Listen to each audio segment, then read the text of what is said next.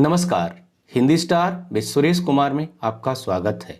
आज के इस वीडियो में हम नेताजी का चश्मा पाठ पर आधारित प्रश्न, कैसे प्रश्न बोर्ड परीक्षा में आते हैं, उन प्रश्नों के उत्तर कैसे लिखे जाएं, इस पर हम विस्तृत चर्चा करेंगे और आपको ये भी बताएंगे कि प्रश्नों के उत्तर लिखें कैसे। तो आइए बिना देर किए हम पढ़ना प्रारंभ करते हैं। पहला प्रश्न मैं लेता हूँ। सेनानी ना होते हुए भी चश्मे वाले को लोग कैप्टन क्यों कहते थे? सेनानी ना होते हुए भी लोग चश्मे वाले को कैप्टन क्यों कहते थे? इसका उत्तर क्या होगा? चश्मे वाले के मन में देशभक्तों के प्रति, स्वतंत्रता संग्राम सेनानियों के प्रति देशभक्ति की भावना कूट कूट कर भरी थी। जैसे कि वो नेताजी की मूर्ति उसे बिना चश्मे के अच्छी नहीं लगती थी। उसका हर कार्य देशभक्ति से भरा हुआ था। मतलब वो उसके पास संसाधन भी नहीं थे। एक छोटी सी दुकान थी, संदूकची थी, आपको व्याख्या मैंने बताया है। उसी में से कुछ चश्मे बेचता था, कुछ नेताजी की मूर्ति पे लगाता था। तो वो संसाधनों के अभाव में भी अपनी देशभक्ति प्रकट करता था और कस्बे के लोगों से व्यंग में कैप्टन कहते थे। अगला प्रश्न हम लेते हैं। मूर्ति पर सरकंडे का लगाया चश्मा क्या उम्मीद जगाता है? तो इसका उत्तर क्या होगा? सरकंडे पर लगाया गया मूर्ति पर चश्मा यह उम्मीद जगाता है कि यहाँ के बच्चों में देशभक्ति की भावना है। कैप्टन भले मर गया है, लेकिन कैप्टन मर करके भी यहाँ के लोगों में जिंदा है, यहाँ के बच्चों में जिंदा है। यह उम्मीद जगाता है कि हमारे देश में देशभक्ति की भावना खत्म नहीं होगी। बेशक कैप्टन आज नहीं है, लेकिन बच्चे उसके कार्य को कंटिन्यू रखे हुए, अनवरत जारी रखे हैं। हालांकि हालदार साहब को निराशा हुई थी, कैप्टन मर गया तो मूर्ति पर चश्मा कौन लगाएगा। लेकिन जब वो सरकंडे का चश्मा देखते हैं तो कैप्टन की जो कमी है वो नहीं खलती है।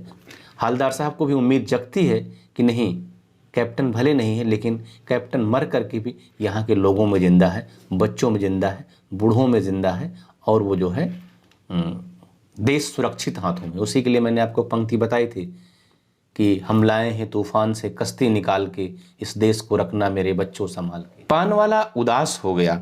उसने पीछे मुड़कर पान नीचे थूका और सिर झुकाकर अपनी धोती के सिरे से आंखें पोंछता हुआ बोला, साहब कैप्टन मर गया।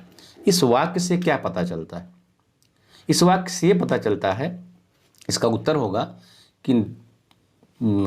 ये होगा कि पान वाला भले कैप्टन का मजाक उड़ाता था, उसे पागल कहता था, लेकिन उसके मर जाने पर वो भी दुखी हुआ, और यह पान वाले की भावुकता को प्रदर्शित करता है। अगला प्रश्न यह है, जब तक हालदार साहब ने कैप्टन को साक्षात देखा नहीं था, तब तक उनके मानस पटल पर उसका कौन सा चित्र रहा होगा? अपनी कल्पना से बताइए। जाहिर सी बात है, कैप्टन नाम से लगे कोई हट्टा कट्टा नौजवान फौजी वर्दी में आदमी होगा।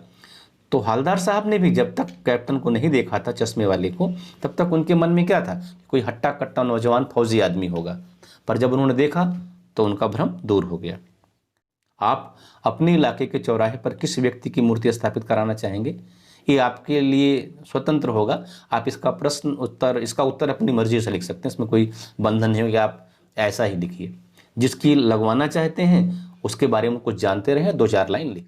अब अगला प्रश्न ये है कि जो मूर्ति आप लगवाना चाहते हैं उसके प्रति आपका और लोगों का उत्तरदायित्व तो क्या होना चाहिए? तो इसका उत्तर क्या होगा कि उसका साफ सफाई का ध्यान रखा जाए, उसको सुरक्षित रखा जाए, उनकी जिसकी भी मूर्ति लगवा रहे हैं उसकी पुण्यतिथि पर, जन्म तिथि पर कार्यक्रम आयोजित किया जाए, लोगों को बताया जाए, जागरूक किया जाए, उनके बताए रास्तों पर चलने की कोशिश करें, उनके आदर्शों का पालन करें, उन्होंने जीवन में कौन से आदर्श रखे थे, इन सारी चीज़ों का ध्यान आपको रखना होगा। अब एक प्रश्न और है कि कौन सी बात पान वाले के लिए मजेदार लेकिन हालदार साहब के लिए चकित और द्रवित कर देने वाली थी?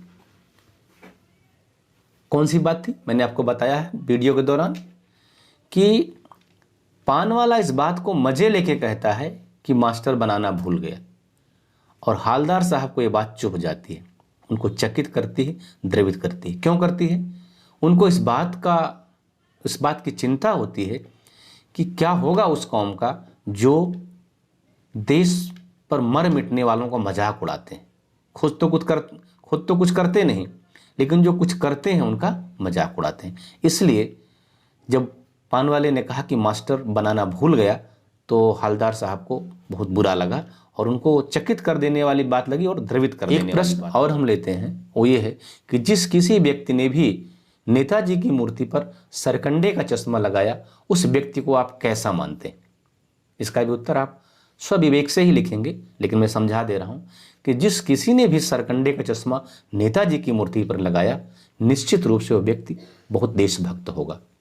उसके अंदर देशभक्ति की भावना कूट कूट करके भरी है। उसे नेताजी की बिना चश्मे की मूर्ति अच्छी नहीं लगी होगी या यूं कहें कि अधूरी लगी होगी। और ऐसी परिस्थिति में उसे बिल्कुल नहीं ठीक लगा होगा कि नेताजी की मूर्ति ऐसे लगी रहे जो अधूरी लगे, इनकम्प्लीट लगे। तो उसके पास पैसे भी नहीं रहे होंगे, संसाधन भी नहीं रहे होंगे, तो उसने कुछ नहीं तो अपना सरकंडे का चश्मा बना के लगा दिया। और आपको मैंने बताया है कि भावनाओं का बड़ा महत्व होता है, उसकी देशभक्ति की भावना वहाँ पर प्रकट हो रही है। मूर्तिकार के द्वारा मूर्ति को बनाकर पटक देने के पीछे क्या अर्थ निहित है? अब इसका ये अर्थ निहित है कि जो बनवाना चाह रहा है उसके पास भी समय नहीं है, पैसे नहीं, और बनाने वाला कलाकार भी वैसा मिल गया, कोई लोकल कलाकार रहा होगा और बोला बस हम 1 महीने में उठा के पटक देंगे, मतलब 1 महीने में बना देंगे। अगर आप 1 महीने में कोई मूर्ति बना रहे हैं, खास करके इस तरह के नेताजी की या और किसी की, तो उसमें मूर्ति में कुछ कलाकारियाँ होती हैं, उनको बारीकियों को ध्यान दिया जाता है। तो आप जैसे तैसे ही बनाएंगे, अगर बारीकियों को ध्यान देंगे तो समय लगेगा। तो कलाकार था, वो बस जैसे तैसे बना दिया, उसने बारीकियों का भी ध्यान नहीं दिया, उसके पास समय भी नहीं था, बनवाने वाले ने पैसे नहीं दिए उतना, तो उन बारीकियों को ध्यान नहीं दिया, बस जैसे तैसे बना दिया। जैसे आपको मैंने व्याख्या के दौरान बताया था कि नेताजी फौजी वर्दी में कमसिन लग रहे हैं, जबकि मैंने कहा ना कि नेताजी या कोई भी व्यक्ति फौजी वर्दी में कमसिन नहीं लगेगा। यहाँ पर स्वयं प्रकाश ने बारीकियों जो होनी चाहिए मूर्ति में, उसकी कमियों की तरफ आपका ध्यान खींचा है कि अगर किसी की मूर्ति आप फौजी वर्दी में लगा रहे हैं, खास करके नेताजी की, तो उसमें ओज होना चाहिए, वीरता का होना चाहिए। और कमसिन, नाजुक, हंसमुख वैसा लग रहे हैं तो वो थोड़ा सा वो कमी है, मतलब मूर्तिकार ने मूर्ति अच्छा सा नहीं बनाया। तो यही है कि समय का अभाव रहा होगा, पैसे का अभाव रहा होगा और कला का अभाव। इसका 3-4 बिंदु याद रखिएगा कि मूर्तिकार के पास, जिसने बनाया, उसके पास समय का अभाव, उत्कृष्ट कला का अभाव, पैसे का अभाव, और जो बनवाना चाह रहा था वो बस जैसे तैसे बनवाना चाह रहा था, बस कैसे भी काम पूरा हो जाए।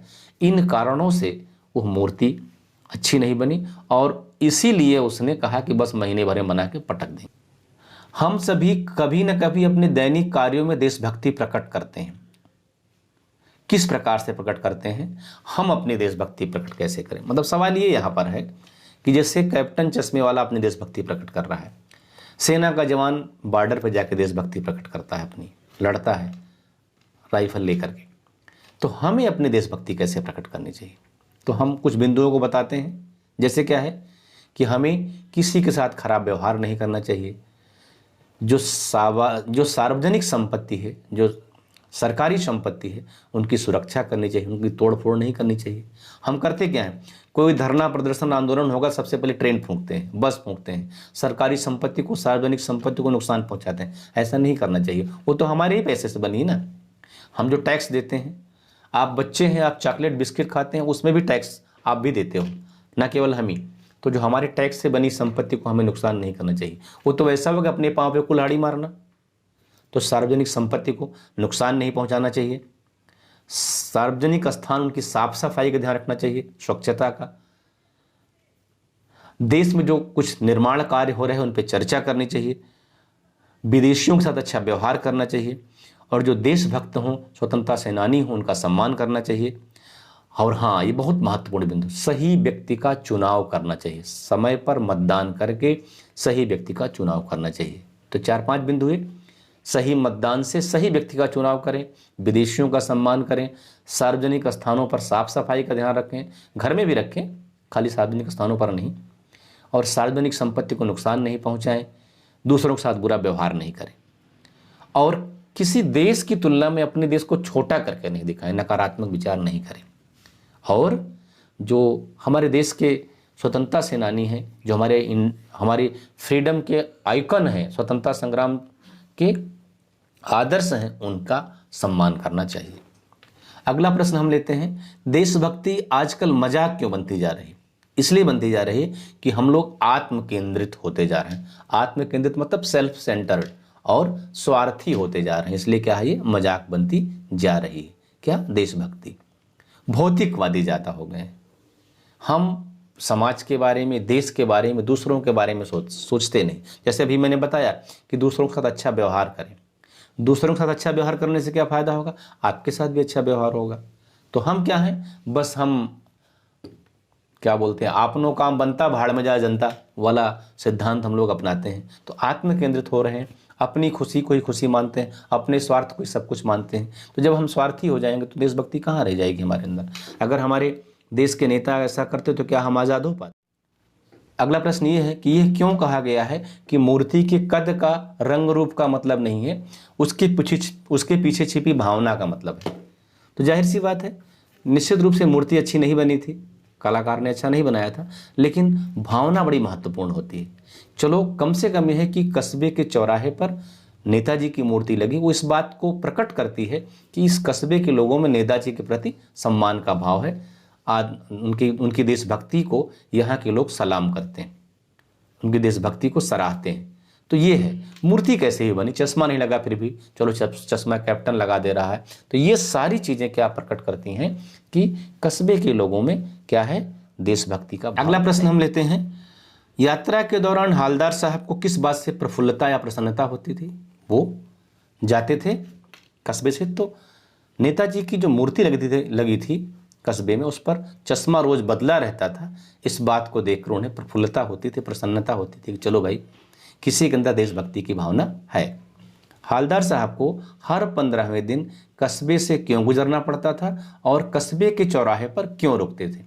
आपको किताब में ही मिल जाएगा कि हर 15वें दिन हालदार साहब को कंपनी के काम से कस्बे से गुजरना पड़ता था और कस्बे के चौराहे पर वो पान खाने के लिए रुकते थे। क्या खाने के लिए रुकते थे? पान खाने के लिए। 3 प्रश्न और मैं आपसे चर्चा कर लेता हूं। एक इस तरह से आएगा कि पठित पाठ के आधार पर, नेताजी का चश्मा पठित पाठ के आधार पर पान वाले का रेखा चित्र खींचिए।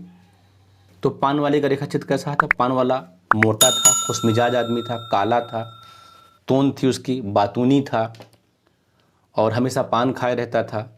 कस्बे की सभी सूचनाएं उसके पास होती थी, कैप्टन का मजाक उड़ाता था और लेकिन कैप्टन की मृत्यु पर दुखी भी हुआ। ये मैं 7-8 पॉइंट बताया हूँ, फिर से बता देता हूँ आपको, पॉइंट वाइज बताऊँगा। काले रंग का मोटा व्यक्ति, बातूनी और खुशमिजाज, हमेशा पान खाने वाला, कस्बे की सभी सूचनाओं का केंद्र बिंदु, कैप्टन का मजाक उड़ाने वाला, पर उसकी मृत्यु पर दुखी हो जाता था, दुखी हो गया। ये इन बिंदुओं को आप बड़ा करके लिखते हैं, ये सारे बिंदु वहाँ पर आप डालेंगे। फिर हालदार साहब कैसे व्यक्ति थे, उनका एक रेखा चित्र खींचिए। तो जिज्ञासु थे, देशभक्त थे, दयालु थे, ये सारा, और संवेदनशील थे, ये सब बिंदु उसमें देंगे। जब लिखेंगे क्या, कैसे लिखेंगे उत्तर को? जब पूछेगा कि पठित पाठ के आधार पर हालदार साहब का चरित्र चित्रण कीजिए या एक रेखा चित्र खींचिए, तो आप क्या लिखेंगे? हालदार साहब एक दयालु, संवेदनशील और जिज्ञासु व्यक्ति थे, बहुत ही देशभक्त थे, संवेदनशील थे। संवेदनशील कैसे थे? क्योंकि नेताजी की मूर्ति पर चश्मा लगाया जाना, ना लगाया जाना, ये सब जो उसका असर उन पर होता था, लगाए जाने पर प्रफुल्लित हुए, ना लगाए जाने पर मायूस हुए, फिर बच्चों द्वारा सरकंडे का चश्मा लगाने पर भावुक हो गए, फिर कैप्टन द्वारा मजाक उड़ाना, कैप्टन नहीं, पान वाले द्वारा मजाक उड़ाना कैप्टन का, मूर्तिकार का, ये उनको बुरा लगा। ये सब बताता है कि वो संवेदनशील थे, भावुक थे और देशभक्त थे। इन घटनाओं का जिक्र करके आप इनका एक रेखा चित्र खींच सकते हैं। फिर कैप्टन कैसा था, उसका चित्रण करना है तो गरीब था, फेरी वाला था, बूढ़ा था, मरियल था, छोटी सी उसकी दुकान थी, संदूक में लेके चलता था, अपनी दुकान नहीं थी, फेरी लगाता था और कम संसाधनों में भी उतनी देशभक्ति प्रकट करता था, सच्चा देशभक्त था। वो संसाधन ना होने के बाद भी अपनी देशभक्ति प्रकट कर रहा था। तो ये सारी चीज़ों का जिक्र यहाँ पर आप कर सकते हैं और लगभग सारे प्रश्न हो गए हैं। अगर कोई प्रश्न छूट भी रहा होगा तो आप वीडियो देख लेंगे, जिनका लिंक आई बटन में है, जो मैंने बनाया है व्याख्या का, तो आपके सारे प्रश्न उसी में कवर हो जाएंगे, कुछ छूटेगा नहीं।